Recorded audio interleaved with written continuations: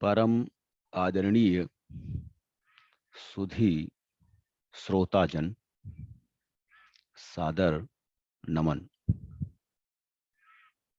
मां भगवती के कमलवत चरणों में साष्टांग प्रणाम करते हुए मानस महारथी गोस्वामी जी महाराज द्वारा रचित महान ग्रंथ श्री रामचरितमानस के कतिपय व्यवहारिक प्रसंगों पर अपना मंतव्य आप सबके समक्ष प्रस्तुत करने की धृष्टता कर रहा हूं। मानस जन जन की आवाज है। यह ग्रंथ मानव जीवन के अनेक पहलुओं पर आधारित है। सामाजिक विधान में अनेकों प्रकार के मानव विद्यमान हैं।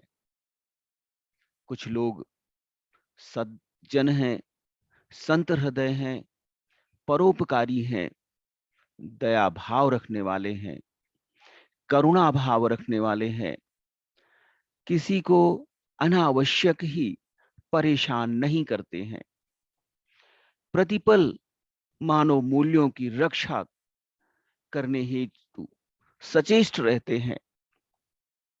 वहीं कुछ लोग दुष्ट प्रवृत्ति के हैं।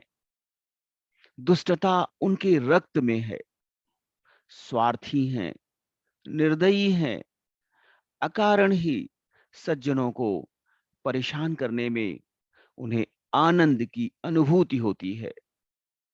स्वभाव से निर्दयी हैं, मालों मूल्यों से उनका कोई लेना देना नहीं है। उन्हें अपनी शक्ति, अपने सामर्थ्य और अपने धन का सदैव घमंड रहता है। वह अपनी शक्ति के बल पर अपने कार्यों की सिद्धि का यत्न करते हैं। अपने आगे किसी को कुछ भी नहीं समझते हैं। गोस्वामी जी महाराज ने सज्जनों और दुष्टों की पहचान करने के लिए एक सूत्र बताया हुआ है। संतय संतन कैसी करनी, अजिमी कुठार चंदन आचरनी, काटई पर सुमलय सुनु भाई, अब निज गुण देहि सुगंध बसाई। संत असंतन ही कई असी करनी, जिमि कुठार चंदन आचरणी। संतों और दुष्टों का आचरण उसी प्रकार होता है जिस प्रकार कुल्हाड़ी और चंदन का आचरण होता है। कुल्हाड़ी दुष्टता व दुर्जनता का प्रतीक है, जबकि चंदन सज्जनता का प्रतीक है।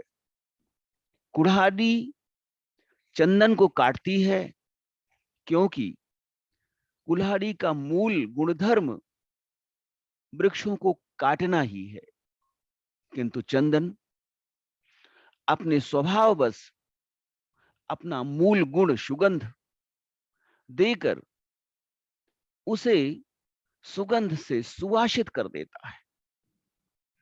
यहां यह ध्यातव्य है कि दोनों अपने अपने गुणधर्मों का पालन कर रहे हैं। यदि चंदन को कुल्हाड़ी न काटे तो चंदन की सार्थकता, उसकी उपादेयता व उसकी महत्ता का आकलन ही नहीं हो सकता।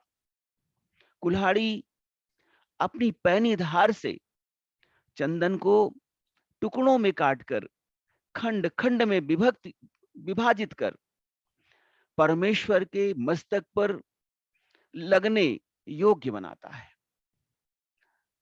अतः समाज में दोनों विपरीत धर्मी तत्वों का रहना आवश्यक है। जब समाज में दुष्ट प्रकृति के लोग नहीं होंगे तो सज्जनों एवं दुर्जनों के मध्य विभाजन रेखा खींचना असंभव होगा।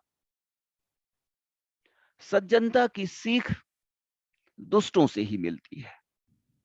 दुष्ट व अत्याचारी की दुर्दशा व उसके कर्मों का फल संतों के हृदय में सज्जनता रूपी बीज का अंकुरण कर देता है। संतों एवं दुष्टों की भांति कुल्हाड़ी और चंदन दोनों को अपने अपने कर्मों का फल अवश्य मिलता है। ताते सिर सीसन चढ़त जग बल्लभ श्रीखंड अनल दाही पीटत घनही परशु बदन यह दंड। दंड सुनिश्चित हो गया। कुल्हाड़ी को अपने कर्मों का दंड मिल रहा है और चंदन को अपने सत्कर्मों का दंड मिल रहा है। ताते सुर सीसन चढ़त जग बल्लभ श्रीखंड अनल दाही पीटत घनही परशु बदन यह दंड। अपने सुगंध प्रदान करने वाले गुण के कारण कुल्हाड़ी द्वारा बार बार काटे जाने पर भी चंदन घिसकर देवताओं के मस्तक पर सुशोभित हो जाता है। यदि कुल्हाड़ी के दंड को चंदन न स्वीकार करता और प्रतिशोध की भावना रखता तो शायद वह कभी भी प्रभु के मस्तक पर विराजमान न हो पाता। यह चंदन की सहनशीलता, सहिष्णुता और दयाभाव ही है कि वह कुल्हाड़ी द्वारा बार बार काटे जाने पर भी उसके प्रति कोई बैरभाव नहीं रखता, अपितु जितनी बार वह कुल्हाड़ी का प्रहार सहता है उतनी ही बार उसे अपने सुगंध से सुवासित कर देता है। यह चंदन की विलक्षणता है, महानता है, विशिष्टता है कि उसके हृदय में कुल्हाड़ी के लिए तनिक भी रंच मात्र भी बैरभाव नहीं है। किंतु कोई अदृश्य सत्ता इसका मूल्यांकन अवश्य करती है। वह इनके अपने अपने कर्मों का फल अवश्य प्रदान करेगी। चंदन अपनी सहिष्णुता, अपने दयाभाव व समत्व बोध के कारण देवताओं के मस्तक पर विराजमान हो जाता है और संपूर्ण संसार में उसका यश, उसकी पवित्रता का गान होता है। किंतु दुष्ट हृदय कुल्हाड़ी के मुख को यह दंड मिलता है कि उसे लोहार जलती हुई अग्नि में डालकर खूब गर्म हो जाने तक, लाल होने तक अग्नि में, प्रज्वलित अग्नि में रखता है और घन से पीट कर उसकी धार में पैनापन लाता है। इसीलिए यह कहा जाता है कि जैसी करनी वैसी भरनी। हमें अपने शुभ और अशुभ कर्मों का फल अवश्य ही भोगना पड़ता है। कर्म फल के भोग से कोई प्राणी बच नहीं सकता है। यही विधि का विधान है, यही विधि की व्यवस्था है। हमारे नृत्य प्रति के अच्छे व बुरे कर्मों का लेखा जोखा अनवरत चलता रहता है और उसी के अनुसार हमारे लिए फल का भी निर्धारण होता है। कर्म रूपी फल सदैव अपनी स्थिति के अनुसार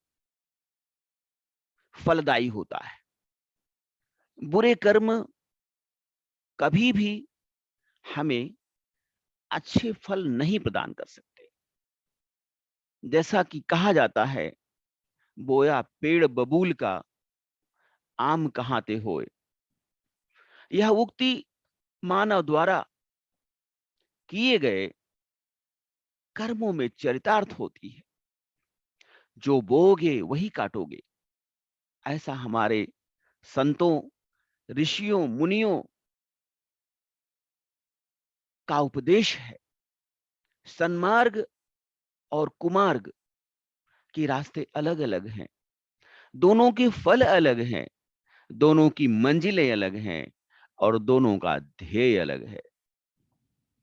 किंतु इस संसार में परस्पर विरोधी तत्वों का विद्यमान होना साम्य, संतुलन का कारक है। यदि रात न हो तो दिन का अस्तित्व नहीं हो सकता। यदि अग्नि न हो तो शीतलता का अस्तित्व नहीं माना जा सकता है। सूर्य न हो, चंद्रमा न हो, इसी प्रकार से परस्पर अच्छाई और बुराई दोनों तत्व समाज में विद्यमान रहते हैं। और यहां तक कि मानव के मन में, मानव के हृदय में, मानव के शरीर में भी दोनों तत्व विद्यमान होते हैं। प्रश्न उठता है कि जब दोनों तत्व विद्यमान है तो हर व्यक्ति में दुष्टता के लक्षण होने चाहिए और हर व्यक्ति में सज्जनता के लक्षण होने चाहिए, किंतु ऐसा नहीं है।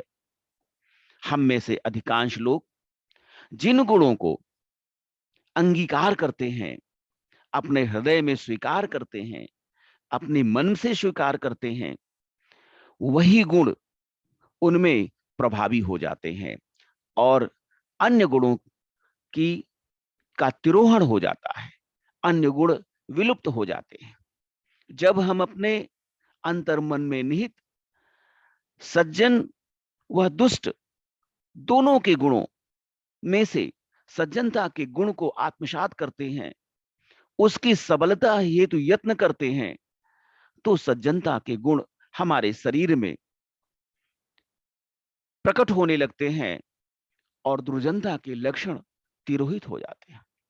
किंतु जब हम दुष्टता और दुर्जनता के गुणों को आत्मसात करते हैं, अपने हृदय में अंगीकार करते हैं, तो वह गुण प्रभावी हो जाते हैं और सज्जनता के गुण धीरे धीरे करके विलुप्त हो जाते हैं।